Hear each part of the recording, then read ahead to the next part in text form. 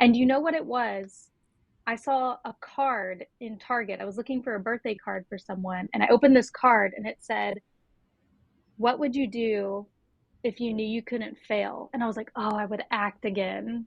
And it just hit me, and I kind of had to like start exploring it again. ¿Quién es ese hombre holding up the bottle? Look a little closer, cigar and Moscato. An actor in improv coming from Chicago. Auto, make way for Paul Vato.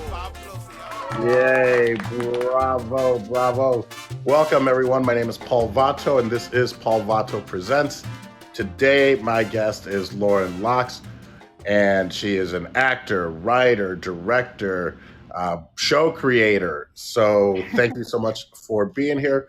Lauren, thank you for taking time to do Paul Vato Presents. Of course. I'm happy we're finally getting to do this because we've been connecting on social media for a while. We certainly have. And I mean, I think if anything, I like to look on the positive side of things. I think that's one of the positive things that came out of quarantine and COVID was the proliferation of social audio. But we never get to do this unless we're helping each other with an audition or things like that. Not that you and I have yet, but there was something else that I wanted to talk to you about was like we audition and apps like that. But this is wonderful that we actually get to now chat face to face and to do it over this format. So thank you so much for doing that, and it's an honor and a pleasure to get to chat with you. Oh, same, same. Honor and a pleasure to chat with you. I like the fact that you're in Texas. Is that correct? Yeah, I'm in Austin. Keeping it Is that weird. where you grew up? No, I actually grew up in Houston and I moved to Austin about 6 years ago. Was it because of the acting, or why did you move to Austin? Is there a better scene there, or Yeah, it was definitely because of acting, a couple personal reasons too. And also, I figured if I was going to stay in Texas, which is not the plan for the rest of my life, but if I was going to be here, Austin was the city I was going to live in because it's very green, everyone's very accepting. But also, I was driving 3 hours back and forth to auditions. So it just made sense to actually be here. that makes perfect sense because so if you were already driving to Austin, might as well move there. It's a great city. I I'm guessing before you were born, I performed at the Paramount Theater. Is there a theater Oh, there named the yeah. Paramount Theater? Yeah, Yes. back in the 1900s, when the Big Stinkin' Improv Festival thank you, was going on in Austin. My Latino improv group, Salsation, which then became Barrio Speedwagon, we performed at the Paramount Theater in Austin. It was such a great experience, and it's too bad that that improv festival went away because it was one of the highlights of our year was going to Austin to the Big Stinkin' Improv Festival. Yeah, that's a great improv troupe name, by the way. But Thank Paramount is still going strong. They still have a lot of South by premieres there, and a lot of live shows. A lot of like live podcasts will be up on the stage and do that at Paramount too.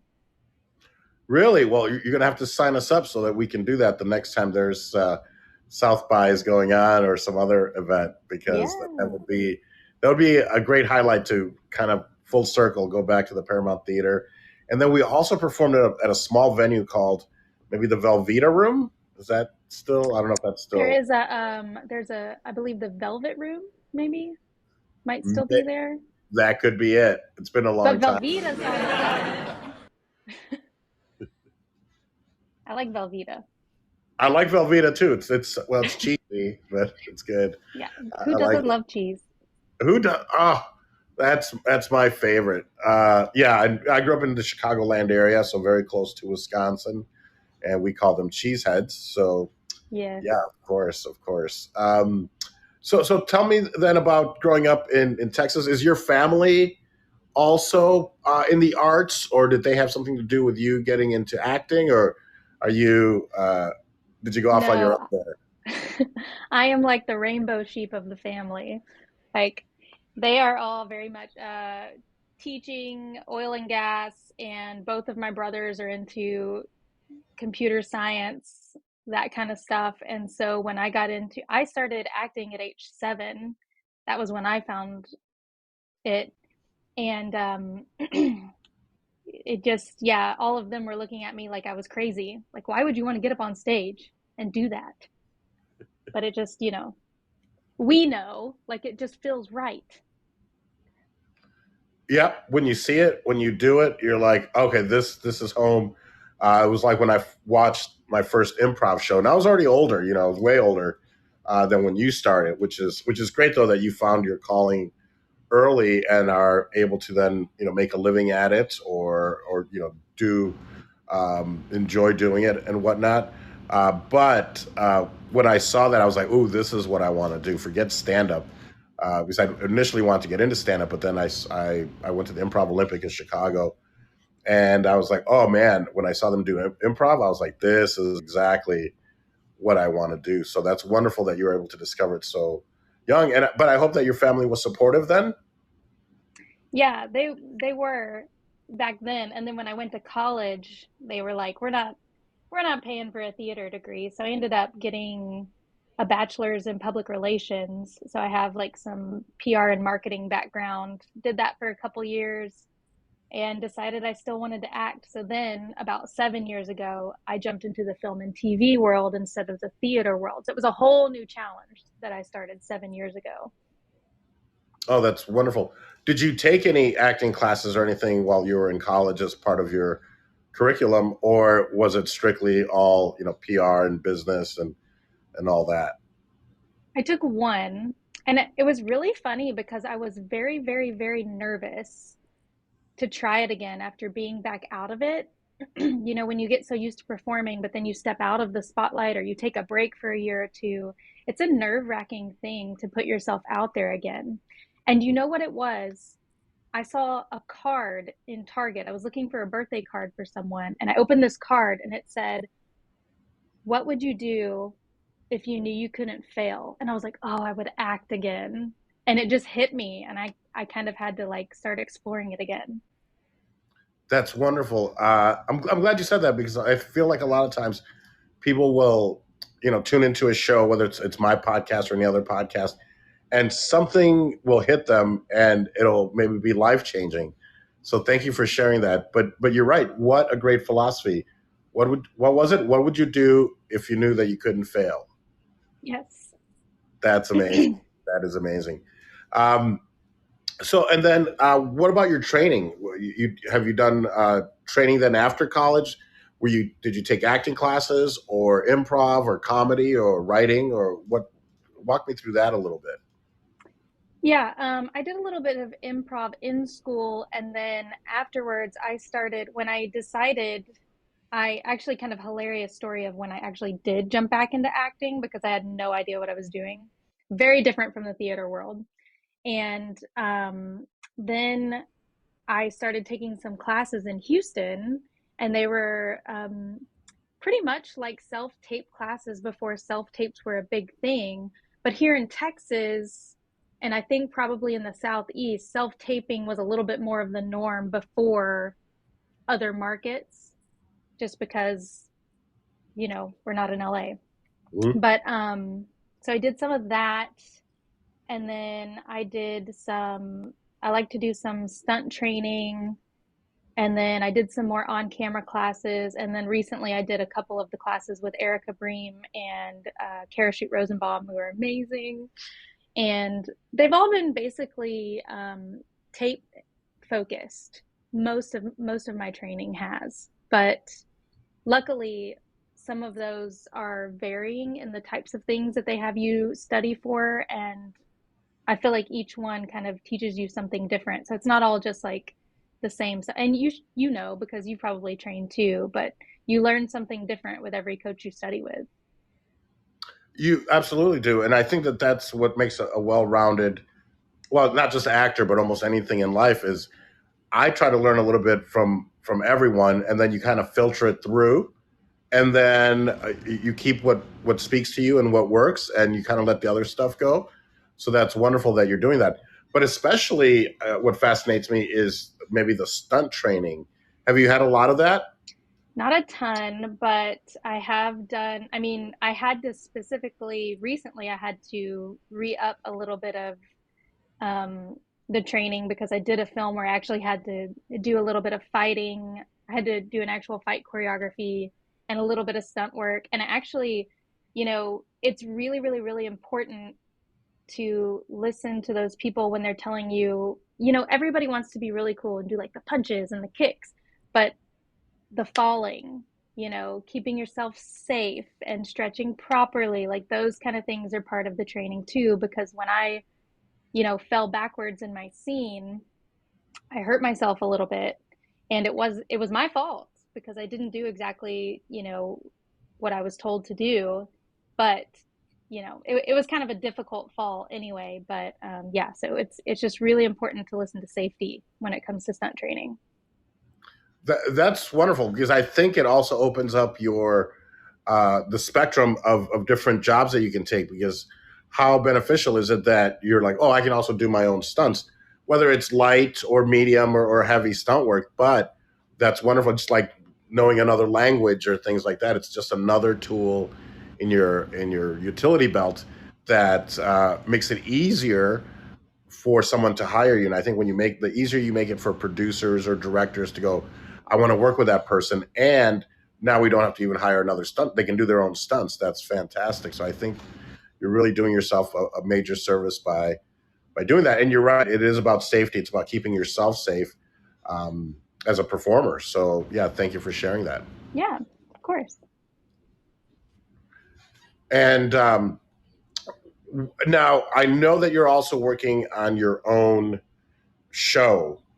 Well, you went Yes. before. Let's talk a little bit about some of the projects that you've been in, where people can find you, and then I definitely want to cover your own. I don't know if it's a sitcom. I know it's maybe a web-based comedy, but I really want to dive into that. But maybe first, let's cover some of the projects that you've been involved in. What have you done that you're proud of and that people can find? Yeah. So recently, everything that I've shot recently hasn't come out yet. You know how that is. I'm very proud of, my more recent projects because as I train more and I get more, the most important thing I think is getting comfortable with yourself and comfortable with being vulnerable in front of the camera. Then my work looks better. But some of my proudest work is I did a film called Allergies that won quite a few awards. And that one, I have a son, and at the time when I auditioned for it, I was just getting back into acting after having a baby. He was 9 months old. I couldn't find anyone to watch him. And so I brought him in his car seat into the audition with me, and I was like, I couldn't find anyone to watch him. Is it okay? And they're like, well, the role's a mother, so sure. So he just sat there while I auditioned, and I ended up getting the part. So, it can be done. To any mothers out there who are also actors, it can be done. And then the other thing that I would say that I'm most proud of is actually another film that I made myself. And it's because it came from my soul and it came from my heart. And I'm also part of the LGBTQ community. So this has my own coming out story in it. And I'm going to release a director's cut version of it soon. But it won quite a few awards as well. And I won Best Director and some Audience Choice Awards, which it's always great to know at a festival that the audience thought your film was great enough to vote it to be the best. So that was a huge accomplishment for me. But I am most proud of that film out of all of the ones I've ever been in because I really, really, really put it all out on the line story wise. And, forever it will be my soul film. Wonderful. Did you give us the name? What's the name of that? Oh, sorry. That one is called Dawn. Dawn. Dawn. Yeah. Wonderful. Wow, that's amazing. That's a great story. And and happy Pride Month, by the way. Happy Pride Month. I don't have it. This is the closest rainbow thing I have on right now. Well, good enough. Good enough. Well, I mean, you are in Texas. I mean, I'm sure. Well, they say Austin's not Texas, but so I'm sure Austin is a little bit different. But Now, was that, and you said you had your own coming out story. Is that something that you'd be willing to discuss and talk about? Because I'm thinking, Texas might not be the easiest place for an alternative lifestyle, and I know that you're also, I don't think you're closeted about being a hippie, but you're also maybe have that hippie vibe. What's that like growing up in Texas, or I don't know, either being secretive about it, or what was your origin story, I guess, or coming out story, if you don't mind sharing that, because I feel like you can always My help people. origin, my origin superhero LGBT story. Um, Exactly. it, yeah, and I can talk about it now without getting too emotional, just because so much time has passed.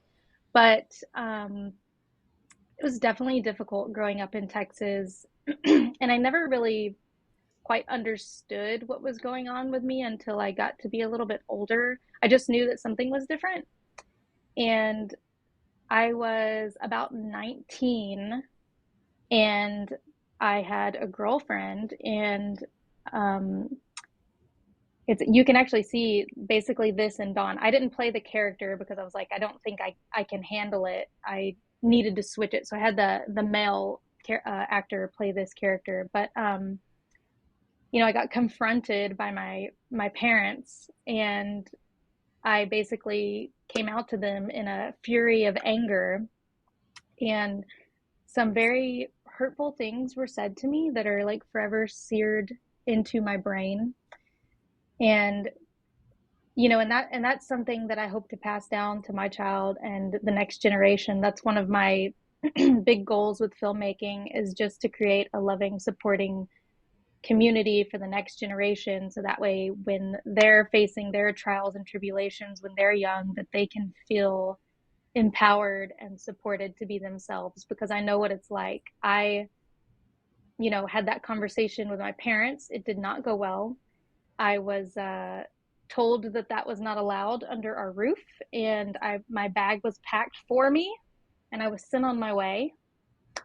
So I was kicked out, and I couch surfed for a bit, and then things were difficult because I was only working at a coffee shop, and I was trying to go to college, but I couldn't really afford it on my own at the time. So I dropped out for a semester and decided to just kind of go back in the closet for a bit so I could have a roof over my head, basically.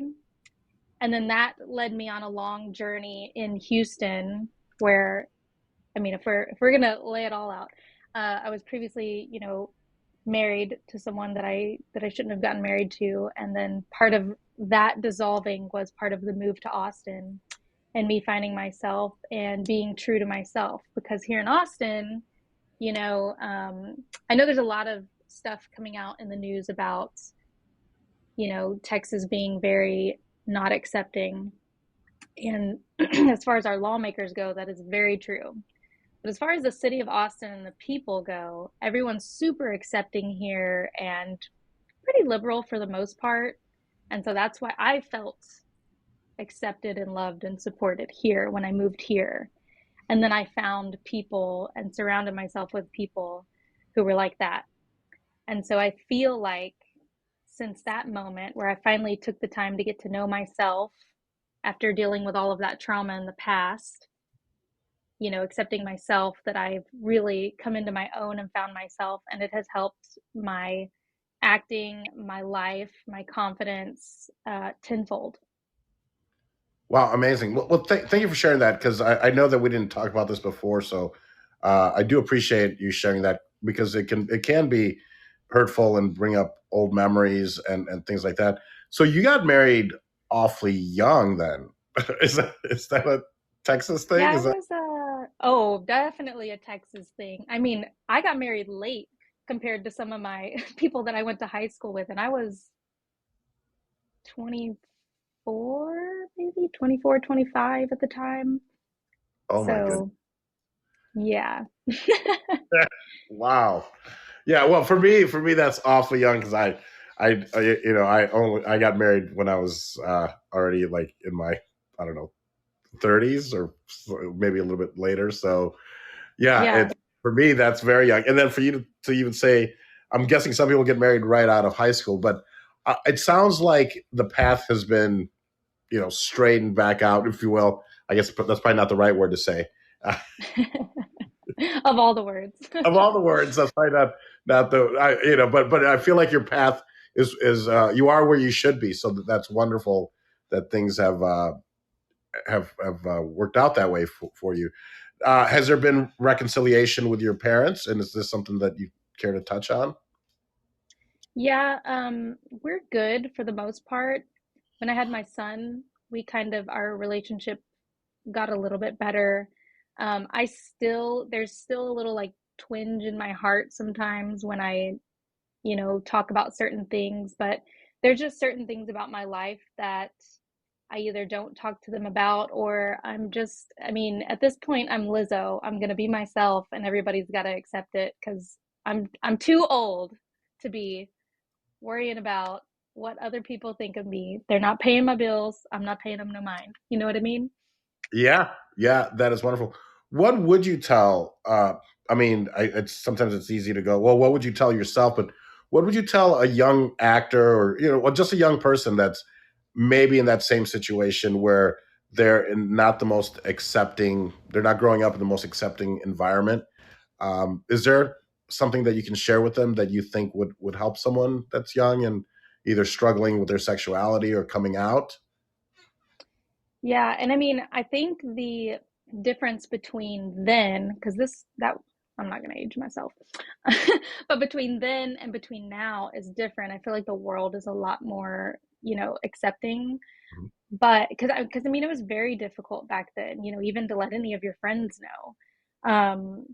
But there was that campaign, the It Gets Better campaign, if you remember that they had for a while.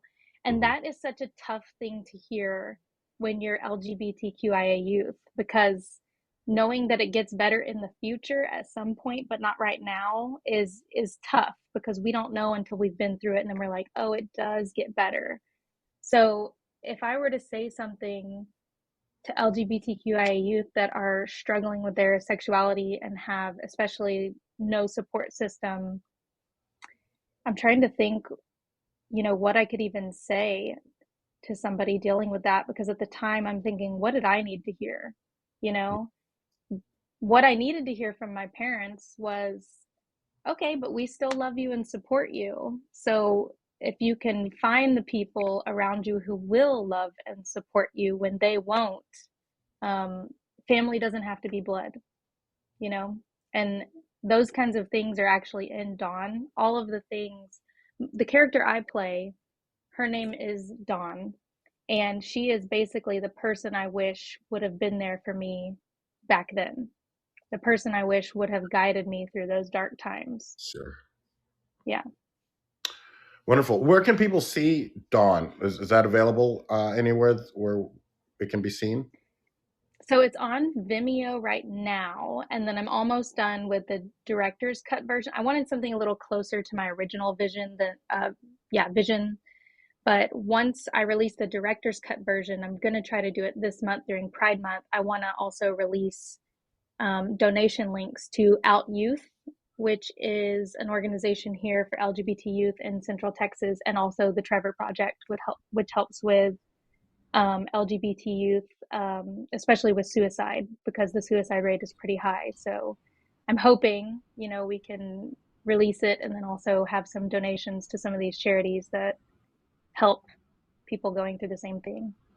Wonderful. Well, you know what? I do appreciate you sharing your story, and I thought it'd be appropriate. And I didn't know your full background, but I knew that you were at least an ally because you see the flag on people's profiles. So I thought that this would be a great way to celebrate Pride Month because I try to be an ally as best I can, and I'm sure I'm not successful all the time. So thank you for sharing your story because if we can help someone and we can use this platform to help someone, I think that's it's a good place to be. So thank you, Lauren, for sharing that. And by the way, I think you have such a great name to be an actor. So is that your real name, Lauren? Is it Lauren Lox or is that a stage name? I'll Okay. never tell. Okay. All right. It's fine. Well, Paul Vato. It's a stage name. I tell people that I'm also a dancer, and for some reason they believe me, and they really think I'm a stripper. And then I tell them, no, no, no, I'm an actor. And then they're like, oh, okay, yeah, that makes more sense. I'm like, well, how dare you judge me, because I could be a dancer if I wanted to. Um, Yeah. I think Thank I'd just go by like cinnamon. cinnamon. Cinnamon. Yeah, that's a good one. Cinnamon. Candy, cinnamon. What's up? What's up, cinnamon? I'm gonna call you cinnamon from now on, if that's all right. Lauren Lox slash cinnamon, Slash. Foxy Loxy, any of them work, really. Let's welcome to the stage, Foxy Loxy, aka Goodbye. Cinnamon. Amazing. That's wonderful. You are so funny. Speaking of funny, tell me a little bit about your show that you're working on, your own comedy, which I know revolves around the world of acting. Yes. Okay. So the newest project, it actually started as a writing exercise just to see if I could even write comedy because everything I've done before has been drama focused because we all want to be the next great drama actor. But I was like, let's challenge ourselves. So, yeah, it's called Making It, and it is a comedic web series, and it is focused on a brand new actress who moves to a new market, who is trying to make it. She's brand new, and she's just making all these hilarious mistakes that we all made in the beginning of our acting careers, and she is just effing it up royally, one after the other.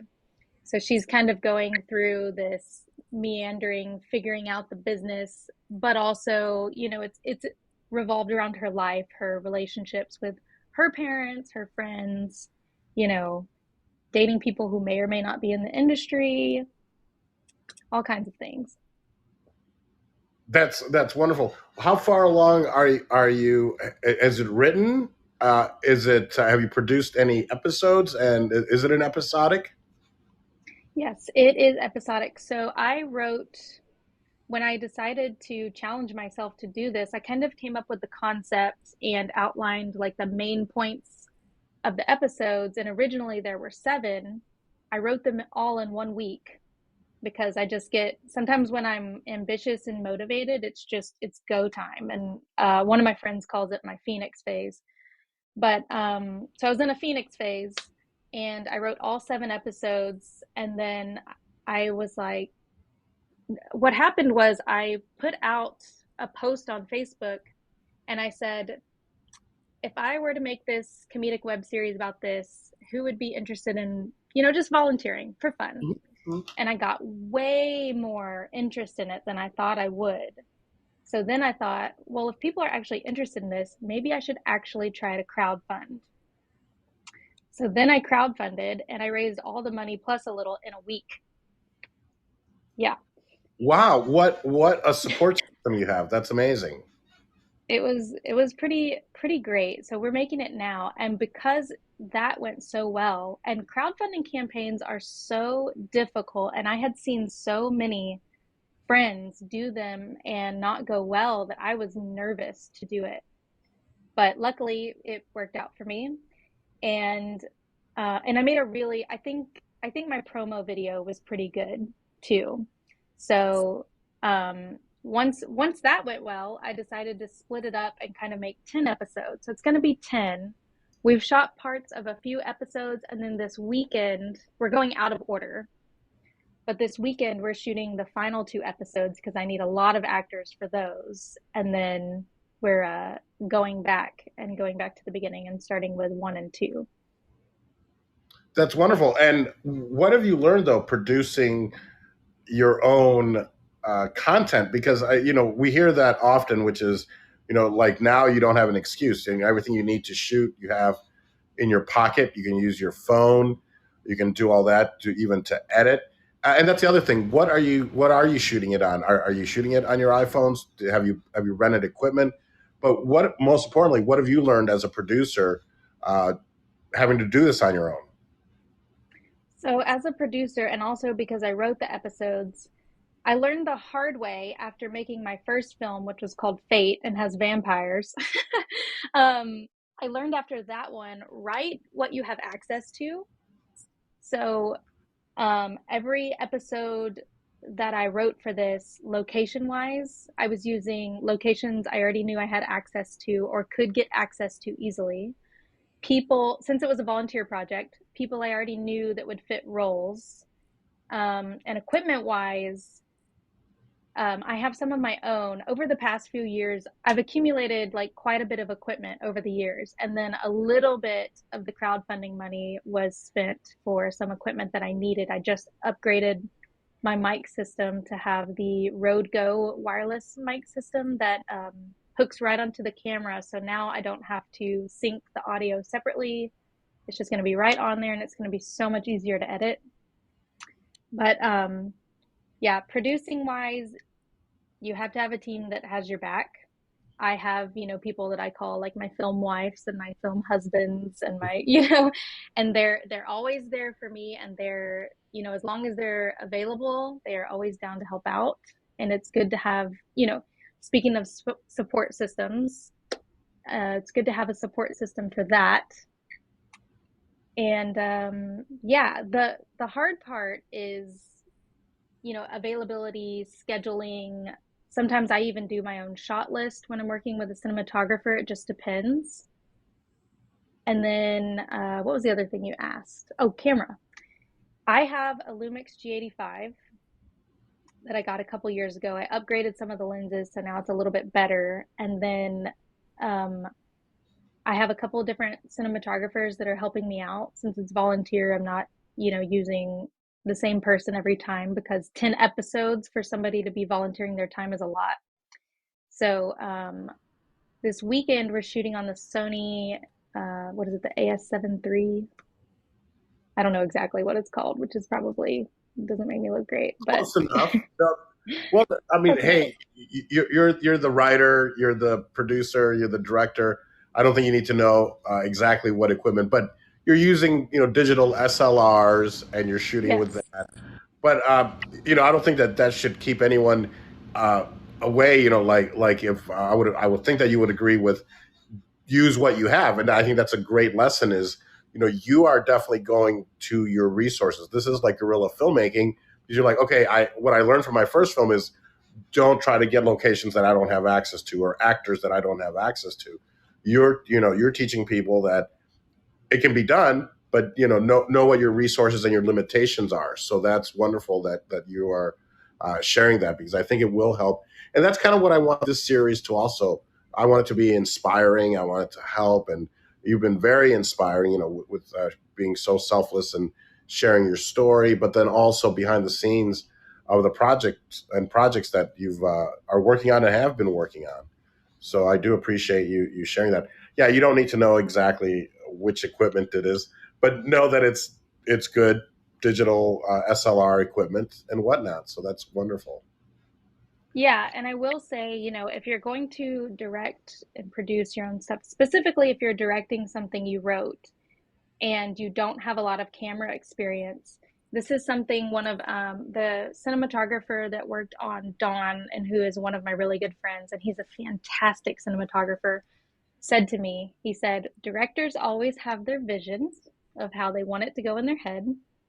He's like, but a cinematographer can tell you what will and won't work, and also give you suggestions that'll make things better. And he is absolutely right. Absolutely. That's wow, what a great team that you guys make. And the nice thing is, I'm sure he's getting a lot of great footage for his own reel. Or I don't think somebody's going to help you if it's not also going to behoove them. So I'm sure that's not the only reason he's helping you, but that's wonderful that it kind of works both ways, where he gets something out of it and gets to help you on this amazing project. Well, I for one can't wait to see it. So let me know. And when it's ready, if you want to come back and promote it and talk about it, I would love to have you come back on, and we can, try to get some eyeballs on it. So yeah, thank you for Oh, sharing your yeah. story so far. Yeah. Thank you. Uh, do you have any either final thoughts or something that you'd like to leave your audience with? And for anyone that's here, if you click on the fortune cookie, I did put it's laurenlox.com. Is that correct? Is that your website? Yes. Or where can people find your work? And then also, of course, any final thoughts or things that you'd like to leave the audience with.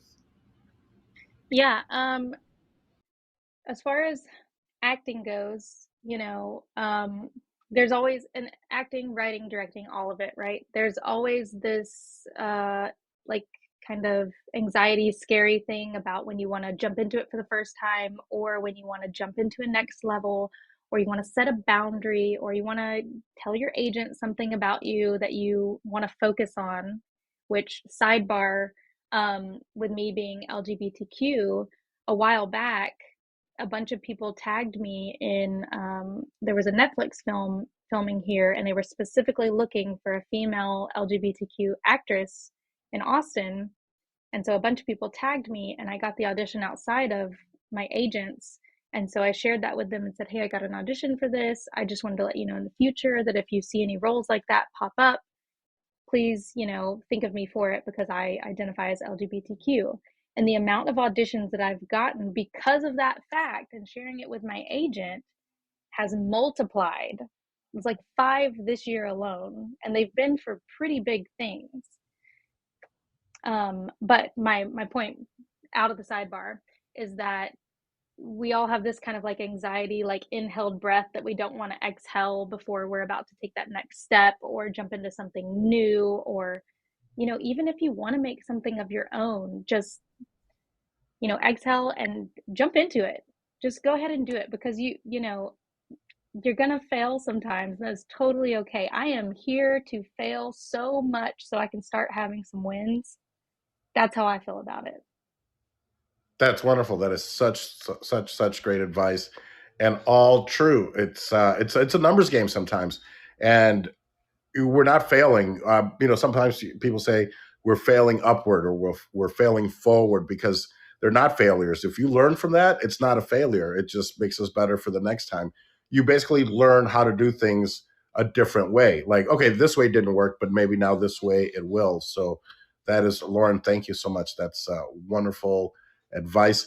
And this is something new, and I don't want to put you on the spot, Oh but no.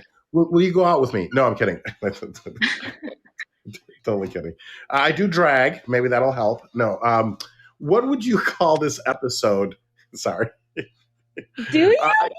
I do. Actually, I do have a drag character, and her name is Barbara Koa, which sounds like Barbara? barbacoa. Barbara Koa, spelled like Barbara Streisand. She's from Texas, actually. As a matter of fact, this character, Barbara Love it. Koa, Oh, is as an homage to my mom, who's from the Valley. I think it's called the Valley. She was born in Harlingen and raised in McAllen, Texas.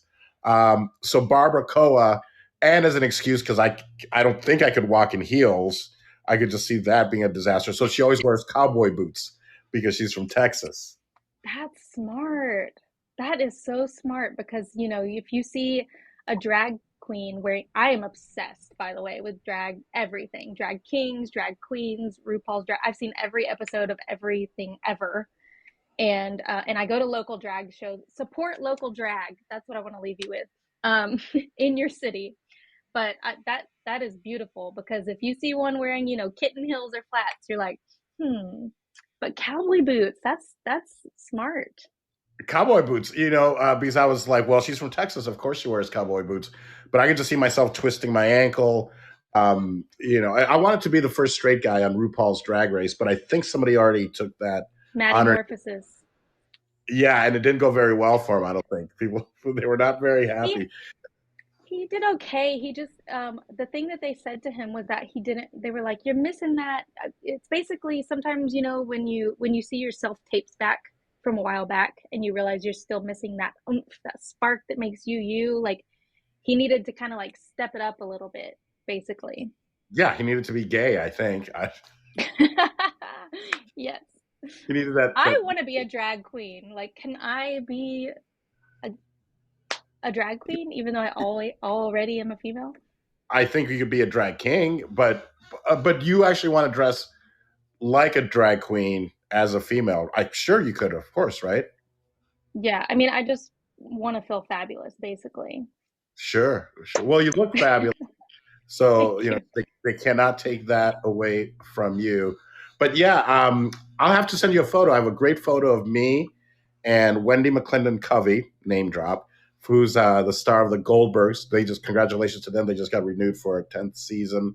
And she, for those that don't know, she was in Bridesmaids. She was also in Reno 911. She played Deputy Clementine. I think she's so talented. So I have a photo of us together, both at DragCon, because I used to take him to drag. She and her husband, I would take him to DragCon, and then we had for my ex-wife, we had a birthday party that was drag themed. So she was in drag as a man, and I was as Barbara Koa. It was probably my drag coming out party because it always starts out as a joke, like, oh, it's Halloween, and my ex-wife was like, oh, you make a beautiful woman. Like, there was. And I have the thing where I like kind of want to dress up as a man every Halloween. I mean, like I'm planning to do Rufio at some point, but if you scroll down in my Instagram, there's a picture of me as Jeff Goldblum from Jurassic Park from Halloween this past year. Really? Oh, I want to talk about something else before I forget. Well, remind me of Jeff Goldblum, but that's amazing. Well, maybe if you come to Vegas, because Vegas is fantastic for Halloween, or we can go to WeHo. I don't know, the mecca of Halloween, where Halloween probably started. I know that they're already planning their Halloween, I'm sure, in West Hollywood. Yeah, we what a great couple. You could be Jeff Goldblum, and I could be Barbara I mean, Koa. I have like a strong enough jawline to pull it off. Maybe I don't. You do a Jeff Goldblum impression, or was it more just the way you looked? Oh, I just mean to be a man in general. To be a man in general. To drag king. To drag king it up, yeah, of course. I think you make a wonderful drag king.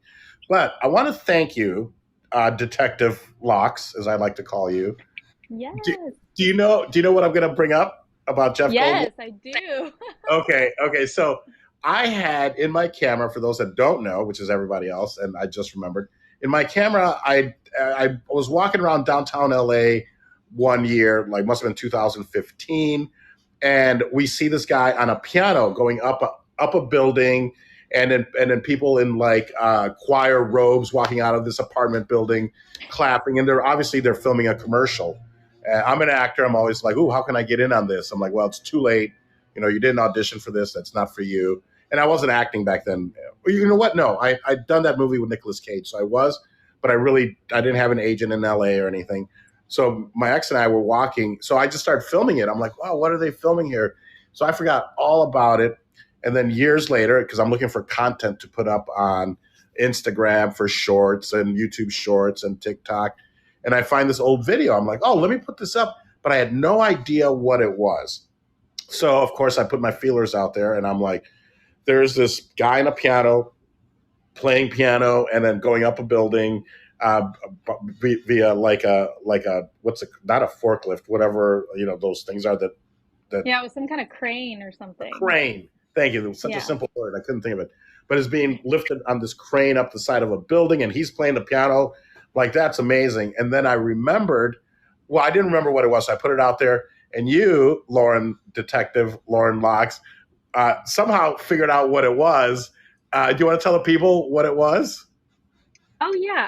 As soon as you posted that, I recognized it. I was like, that's that Jeff Goldblum commercial. And I think, was it Hotel.com or something like that? It was exactly for Hotel.com. See? And what a memory on you. And as soon as you said it, I was like, yes, of course. Because I remember Jeff Goldblum. He has a very distinctive way of playing, because I've seen him play live in West Hollywood at a place called, I think he played at the Abbey.